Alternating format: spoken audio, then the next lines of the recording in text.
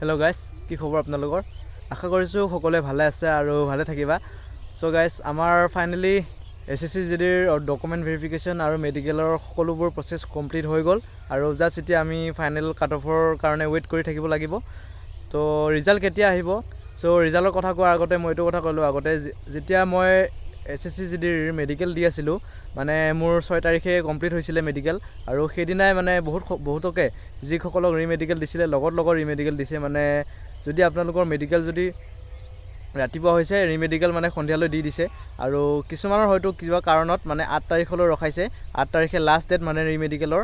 মই যিমান দূৰ গম পাইছোঁ তাত মানে তেওঁলোকে সন্ধিয়া টাইমত কৈছে যে ওপৰৰ অফিচৰ পৰা ফোন আহিছে, মানে সকলোবোৰ প্ৰচেছ জল্দি কমপ্লিট কৰিব লাগে। চ' তাৰ কাৰণে তেওঁলোকে বহুত ফাষ্ট প্ৰচেছবোৰ চলাব চেষ্টা কৰিছে। ধৰি লওক আপোনালোকে ৰিমেডিকেলৰ প্ৰচেছসমূহ সকলোবোৰ মানে 8 তাৰিখৰ ভিতৰত কমপ্লিট হৈ গৈছে মই জনাত। আৰু মানে মই যিহেতু 9 মাইলৰ চেণ্টাৰত আছিলোঁ, চ' 9 মাইলৰ বিষয়ে মই কৈছোঁ, মানে 9 মাইলত তেনেকুৱা হৈছিলে। আৰু বাকী বেলেগ চেণ্টাৰসমূহৰ বিষয়ে মই ইমানকৈ নাজানো, কিন্তু তেওঁ 9 মাইলত কৈছিলে যে মানে ওপৰৰ পৰা ফোন আহিছে, আমাৰ প্ৰচেছবোৰ জল্দি কৰিব লাগে আৰু ডকুমেণ্টছসমূহ পঠাব লাগে। চ' এইখিনিয়ে। আৰু ইয়াক লৈ মানে এটা কথা গম পোৱা গ'ল যে মানে আমাৰ SSC GDৰ কাট অফটো অতি সোনকালে আহিব, মানে এইটো মাহৰ লাষ্টত, মানে ফাইনেল ৰিজাল্ট এইটো মাহৰ লাষ্টত যেনেকুৱাই নহওক আহিবই। জানুৱাৰীলৈ কোনো পধ্যে নাযায়, মানে আপোনালোকে ৱেইট কৰক কিছুদিন, আমাৰ ফাইনেল কাট অফ আহি যাব। কিছু কাট অফৰ বিষয়ে অকণমান ডিছকাশ্যন কৰিছোঁ, কেনেকুৱা কাট অফটো যাব এনালাইজ কৰিছোঁ অকণমান সৰুকৈ। বাকী মোৰ মতে কেনেকুৱা হ'ব মই এইটো কৈছোঁ, আৰু মই জানো মোতকৈ আপোনালোকে বহুত আগতেই এইবোৰ এনালাইজ কৰি থৈছে। চ' মই কিছু আলোচনা কৰিছোঁ কাট অফৰ ওপৰত। ব'লক এতিয়া মই কাট অফৰ বিষয়ে কি আলোচনা কৰিছোঁ আপোনালোকক অলপ দেখাওঁ। চ' গাইজ, এইটোৱে মই এটা সৰুকৈ এনালাইজ কৰিলোঁ আজি। জাষ্ট এক্সপেক্টেড কাট অফ এইটো হয়, আৰু এইটো 100% হয় বুলি ময়ো নকওঁ, আৰু আপোনালোকেও ভাবি ল'ব নালাগে। জাষ্ট মই এটা এক্সপেক্টেড ক'ম আপোনালোকক যে কিমান কাট অফ যাব পাৰে, ইনক্ৰিজ হ'ব পাৰে। চ' আপোনালোকে চাওক, মই অলপ বুজাই দিছোঁ আপোনালোকক, আৰু কেনেকুৱা পাই জনাব যদি এনেকুৱা হয় নে নহয়। এনেকুৱাও হ'বও পাৰে, ইয়াতকৈ বেছিও যাব পাৰে, কমো যাব পাৰে, এইটো মইতো 100% ক'ব নোৱাৰোঁ। জাষ্ট এটা সৰু এনালাইজ কৰিছোঁ, মোৰ মতে কি হ'ব, জাষ্ট মোৰ নিজৰ মতামতটো আগবঢ়াইছোঁ। বাকী আপোনালোকৰ মতামত আগবঢ়াব, এনেকুৱা হ'বও পাৰে নহ'বও পাৰে, আপোনালোকৰ মতে কি হ'ব। চ' মই এতিয়া বুজাই দিছোঁ আপোনালোকক। চ' আমাৰ মেলৰ টোটেল পষ্ট আমাৰ অসমত আছে 5114টা, আৰু DVDMৰ কাৰণে আমাক মেল কেণ্ডিডেট মাতিছে, টোটেল কেণ্ডিডেট 9996। আৰু এইটো ডাটা ক'ত পাইছোঁ মই, এইটো ডাটা যি আমাৰ DVDMৰ কাৰণে লিষ্ট আহিছিলে, চ' তাতে আপোনালোকে পাই যাব। আৰু লিষ্টটো মই PDF-ত দি দিম, টেলিগ্ৰাম চেনেলত দি দিম, আপোনালোকে জইন কৰিলে পাই যাব। 5114টা পষ্ট আছে আমাৰ টোটেল অসমত, আৰু ইয়াৰে যদি দুটাকৈ কেণ্ডিডেট মাতে আমাৰ হয় কেণ্ডিডেট 10228টা কেণ্ডিডেট। কিন্তু আমাৰ DVDMৰ কাৰণে মাতিছে অনলি 9996টা কেণ্ডিডেট। চ' আপোনালোকে যদি চাই, টোটেল কেণ্ডিডেট হ'ব লাগিছিল 10228, কিন্তু মাতিছে 9996, মানে 232টা কেণ্ডিডেট আমাৰ মিচিং হৈছে। কি কাৰণত মিচিং হৈছে এইটো মই ভালকৈ গম পোৱা নাই, মানে কিজানি বহুতে কৈ আছে যে 1.86 এনেকুৱা ধৰণেকৈ মাতিছে কেণ্ডিডেট, দুজনকৈ মাতা নাই। চ' তাৰ কাৰণে হ'ব পাৰে 232টা কেণ্ডিডেট। আৰু EWSৰ ক্ষেত্ৰত কিছু খেলি মেলি হৈছিলে, পষ্টৰ ক্ষেত্ৰত, কেণ্ডিডেটৰ ক্ষেত্ৰত, সেইটো কাৰণে হ'ব পাৰে, কিন্তু মই এইটো ইমানকৈ বিচৰা নাই। জাষ্ট এটা মই সৰু এনালাইজ কৰিছোঁ, 232টা কেণ্ডিডেট মই এনেই বাদ দি দিছোঁ। এবচেণ্টৰ সংখ্যা যদি চাওঁ, মই এইটো DVDMৰ কাৰণে এবচেণ্ট ধৰিছোঁ 600, 9996 জনৰ কেণ্ডিডেটত 600 মই এটা জাষ্ট ধৰি লৈছোঁ যে 600 কেণ্ডিডেট এবচেণ্ট হৈছে।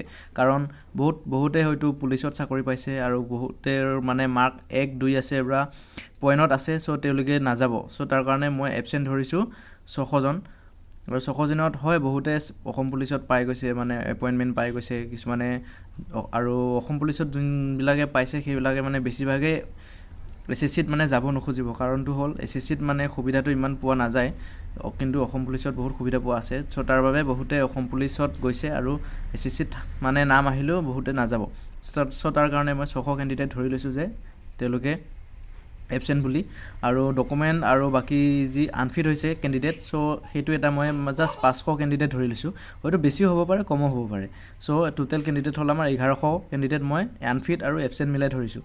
চ' এতিয়া 9996টা কেণ্ডিডেট আমাৰ টোটেল DVDMৰ কাৰণে মাতিছিলে, তাৰ পৰা যদি আমি 1100 কেণ্ডিডেট মাইনাছ কৰি দিওঁ, আমাৰ টোটেল কেণ্ডিডেট থাকিলে 8896টা কেণ্ডিডেট। কিন্তু আমাৰ পষ্ট আছে 5114টা কেণ্ডিডেট। চ' আপোনালোকে যদি মাইনাছ কৰি চাই পাব 3782টা, আৰু এই 3782টা কেণ্ডিডেট আমাক এতিয়াও বৰ্তমান বেছি হৈ আছে। চ' এওঁলোকক এতিয়া আউট কৰিবৰ কাৰণে আপোনালোকে কিমান কাট অফ বঢ়াব, এইটো আপোনালোকে নিজে আইডিয়া লগাই ল'ব পাৰিব যে এই তেওঁলোকক আউট কৰাবৰ কাৰণে এতিয়া কিমান কাট অফ বঢ়াব লাগিব। চ' এটা মই জাষ্ট এক্সপেক্টেড মোৰ ফালৰ পৰা কাট অফ কিমান বাঢ়িব বুলি ভাবিছোঁ মই। চ' ফাইনেল মেলৰ যদি চাওঁ 8ৰ পৰা 10 কাট অফ যদি আপোনালোকৰ আছে মানে আপোনালোকৰ 100% চিলেকশ্যন হৈ যাব বুলি মই ভাবিছোঁ মোৰ ফালৰ পৰা। যদি 8ৰ পৰা 10 নম্বৰ আপোনালোকৰ প্লাছ আছে আৰু যদি যিসকলৰ 4, 5, 6 তেনেকুৱা আছে তেওঁলোকৰো নাম আহিবৰ চান্স আছে, বহুতখিনি চান্স আছে। মই জাষ্ট এটা মেক্সিমামটো কৈছোঁ, মই মিনিমামটো কোৱা নাই। মিনিমাম আপোনাৰ যদি 4-5 প্লাছ আছে আপোনালোকে আশা এৰি নিদিব, কি ঠিক আপোনাৰো নাম আহি যাব পাৰে। আৰু এইটো কোনো কাষ্ট ৱাইজ বা ডিষ্ট্ৰিক্ট ৱাইজ মই কোৱা নাই, জাষ্ট আপোনালোকৰ যিমান কাট অফ হৈছে মেডিকেললৈ তাৰ পৰা আপোনালোকে 8 আৰু 10 প্লাছ যদি আপোনালোকৰ হৈ আছে এতিয়াও আপোনালোকে নিশ্চিন্ত থাকক, আপোনালোকৰ নাম আহি যাব। চ' এইটোৱে আছিল মেলৰ। মই মেলৰ বিষয়ে ক'লোঁ, ইমানেই ক'লোঁ, বেছিকৈ এনালাইজ কৰিব যোৱা নাই, এটা সৰু এনালাইজ কৰিছোঁ মই। বাকী এতিয়া ফিমেলৰটো কওঁ। ফিমেলৰ টোটেল পষ্ট আছে আমাৰ অসমত 564টা আৰু DVDME কাৰণে ফিমেলৰ কেণ্ডিডেট মাতিছে আমাৰ 1102টা কেণ্ডিডেট মাতিছে DVDME কাৰণে। কিন্তু যদি আপোনালোকে দুগুণ চাই তাত দেখা পাব 1128টা কেণ্ডিডেট মাতিব লাগিছিল, কিন্তু মাতিছে কিমান 1102টা কেণ্ডিডেট, মানে 26টা কেণ্ডিডেট কিবা এটা কাৰণত মিচিং হৈ আছে। মই ইমান কাৰণটো বিচাৰিব যোৱা নাই, জাষ্ট 26টা কেণ্ডিডেট মই কিবা এটা কাৰণত নাই বুলি ধৰি ল'লোঁ। মানে 1.86 তেনেকুৱাকৈ যদিও মাতিছে পইণ্টত, মানে হ'ব পাৰে এইটো। আৰু ছোৱালীৰ মই এবচেণ্টৰ সংখ্যা ধৰিছোঁ 200জন কেণ্ডিডেট ধৰিছোঁ, এবচেণ্ট থাকিব কিবা এটা কাৰণত, মানে হয়তো পুলিচতো চাকৰি পাব পাৰে বা কিবা এটা অসুবিধাত নাযাবও পাৰে। চ' তাৰ কাৰণে মই ধৰিছোঁ ছোৱালীৰ সংখ্যা এবচেণ্ট 200 আৰু আনফিটৰ সংখ্যাও ধৰি লৈছোঁ 200, কাৰণ ছোৱালী এবাৰ বহুত আনফিট হোৱা শুনা পাইছোঁ, মানে বিশেষকৈ মেডিকেলৰ ক্ষেত্ৰত। চ' তাৰ বাবে মই 400 কেণ্ডিডেট আনফিট বুলি ধৰি লৈছোঁ, মানে প্ৰেজেণ্ট নাই বুলি ধৰি লৈছোঁ। আৰু আনফিট আৰু এবচেণ্ট মিলাই 400 কেণ্ডিডেট ছোৱালীৰ মানে প্ৰেজেণ্ট নাই। হয়তো ইয়াতকৈ বেছিও হ'ব পাৰে, কমো হ'ব পাৰে, এইটো জাষ্ট মোৰ ফালৰ পৰা কৈছোঁ। আৰু আপোনালোকে যদি চাই 1102টা কেণ্ডিডেট আমাৰ মেডিকেললৈ মাতিছে, মেডিকেলৰ ডকুমেণ্ট ভেৰিফিকেশ্যনলৈ, তাৰ পৰা যদি 400 মাইনাছ কৰি দিওঁ আমাৰ ছোৱালীৰ সংখ্যা থাকি যায় 702টা আৰু পষ্ট আছে আমাৰ 564টা।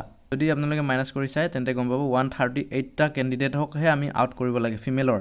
আৰু এইটো জাষ্ট 100% নহয়, এইটো মোৰ ফালৰ পৰাহে কৈছোঁ। মই ইমানখিনি হিচাপ কৰি কিনে মই এটা জাষ্ট এনালাইজ কৰিছোঁ যে এনেকুৱা হ'ব পাৰে।